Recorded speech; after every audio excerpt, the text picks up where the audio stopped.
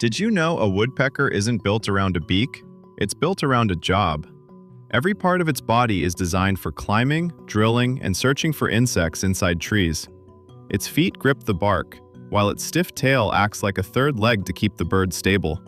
Its powerful beak drills through solid wood, and its extraordinary tongue reaches deep inside to pull hidden insects from narrow tunnels. None of these adaptations would be as effective on their own, but together, they form one of nature's most remarkable engineering systems. That's what makes a woodpecker far more than just a bird with a strong beak. Nature never ceases to amaze us.